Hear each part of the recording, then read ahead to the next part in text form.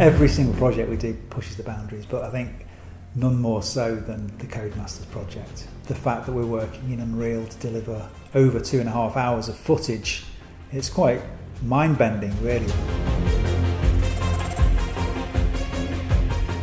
We have done small-scale projects in Unreal before, when we became aware of the fact that it was going to be 35 minutes and that we had to do all these other versions. It became an absolute no-brainer. We could not render this project with a CPU.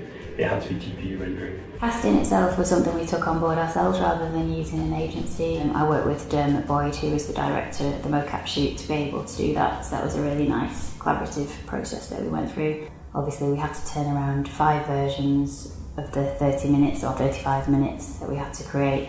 And at the time we didn't actually know when we were going to get the final assets. So being able to prep for that was really important, and the only actually way we could see of doing that was using Unreal Engine. But I think the results and the amount we achieved in time was absolutely fantastic. It's incredible to think that this project was made during the pandemic, but the fact that everybody worked so seamlessly well from home is testament to the great talent that we have.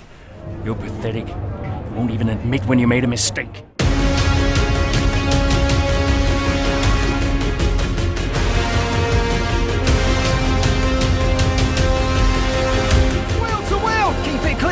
Inches separating them and they crash! And look at you both, acting like a couple of school kids.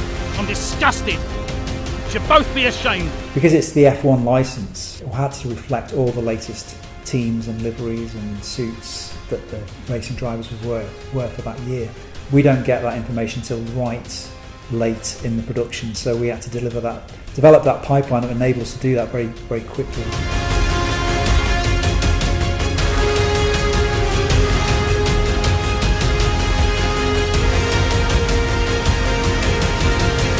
Was very different from anything this company had done before. The type of work, the degree of realism which was expected, the number of characters involved. Actually, we had a wide range of type of acting, some really intimate moments, some more broad action. I think the quality we achieved is quite high, and there's lots of involvement of the artist. It's not purely a capture, where everything is ready on a plate.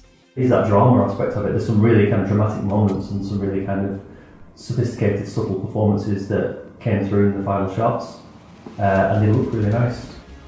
Lots of learnings from this project that we're going to carry through to the character-based project. The DI4D aspect, facial scanning, getting that into the engine, the technology that we use for that's definitely going to translate through to the project.